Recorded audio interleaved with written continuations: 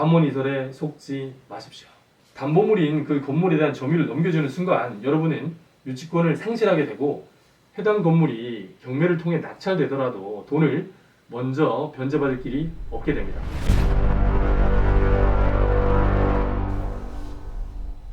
안녕하십니까, 웅배입니다.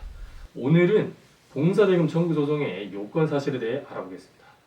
A는 B의 의뢰로 공사를 하게 되었는데 공사가 다 끝났음에도 B가 차일피일 이 핑계 저 핑계로 돈을 주지 않고 있습니다. A는 공사대금 청구의 소를 제기할 수 있습니다. 공사대금 청구 소송의 소장에는 첫째, 건축주와 공사계약을 체결한 사실. 둘째, 공사가 완료되었거나 일부라도 진행된 사실. 셋째, 공사대금을 주기로 한 날짜가 지났다는 사실이 기재되어야 합니다. 이를 입증하기 위한 증거로는 건축공사계약서, 도급계약서, 시방서, 자재구입 명세서, 견적서, 건축설계도면, 건물 인도서 등이 있습니다. 공사계약 체결 사실과 관련해서 계약서가 있으면 제일 깔끔하겠지만 구두계약을 맺는 경우도 많습니다. 이때 견적서나 자재구입 명세서 등이 간접적인 증거가 되는 것입니다. 간혹 공사를 의뢰한 사람 입장에서는 애초에 계약 체결 사실이 없다고 주장하는 경우가 있습니다. 같은 공사업자와 여러 차례 공사를 한 적이 있어서 신뢰관계가 있다거나 공사가 완료된 이후 건물 가격 상승이 예상되므로 소소하게 들어간 비용은 그게 중요하지 않다고 생각해서 대충 말로 나중에 정산하자며 구두계약만 한 경우가 이런 예에 해당합니다. 즉 공사 의뢰인의 주장은 이렇습니다. 계약의 가장 중요한 부분인 공사대금이 정해지지 않은 계약이 있다는 게 말이 되냐? 공사업체 입장에서는 일방적으로 공사를 진행하였을 뿐 자신은 공사 개시 사실조차 몰랐다고 하면서 계약 자체가 성립되지 않았다고 주장하는 겁니다. 이 경우 공사업체 입장에서는 일방적인 진행이 아니며 의뢰인도 공사 개시 사실을 알았고 알고 난 이후에도 별다른 이의를 제기하지 않았다는 사실을 입증하셔야 합니다.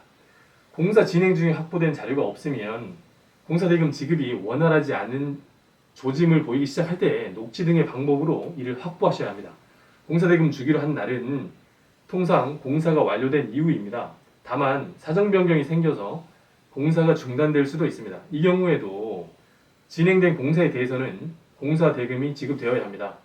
이 경우 공사를 중단하기로 합의한 날이 공사대금을 주어야 하는 날짜, 즉 변제기가 됩니다. 만약 여러분이 공사를 의뢰한 입장, 즉 피고가 된 경우라면 다음과 같은 방어 방법을 생각해 볼 수 있습니다. 공사대금을 모두 주었다는 변제 항변. 공사대금 채권의 소멸시효가 3년인데 이미 3년이 지났다는 소멸시효의 항변.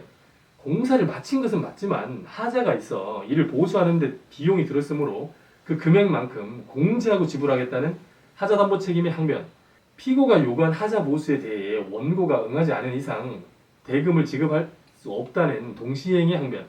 중대한 하자가 발생하여 공사계약을 해지하였다는 해제 항변.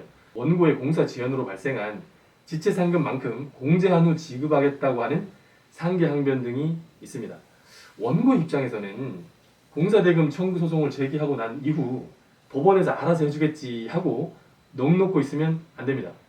공사 의뢰인 B가 다른 곳에도 빚을 많이 지고 있을 경우 다른 채권자들의 채권 주심에 의해 경매로 집이 넘어갈 수도 있습니다. 이 경우 공사업자가 주택에 사용할 수 있는 공격 방법이 유치권 행사입니다. 유치권 행사의 요건 사실은 첫째, 피담보 채권이 존재한다. 둘째, 유가정권 또는 물건을 점유한다. 셋째, 변제기가 도래되었다. 라는 것입니다. 여기서 피담보 채권은 공사대금을 말합니다. 건물을 점유해야 한다 함은 건물 자체에 거주하거나 관리실에 상주하고 있으면서 현수막 등으로 유치권 행사 중임을 알리거나 자물쇠로 잠그고 외부인들의 출입을 막는 것을 말합니다. 이러한 점유는 언제까지 지속되어야 하느냐? 경매 개시 결정 기입 등기 전까지입니다. 공사대금 채무자인 피고가 이렇게 말하는 수가 있습니다. 유치권 행사 중이라는 현수막 때문에 경매가 잘 안 이루어진다. 몇 번 유찰되고 더 낮은 가격에 낙찰되면 당신 공사업자한테도 좋은 게 뭐가 있겠냐.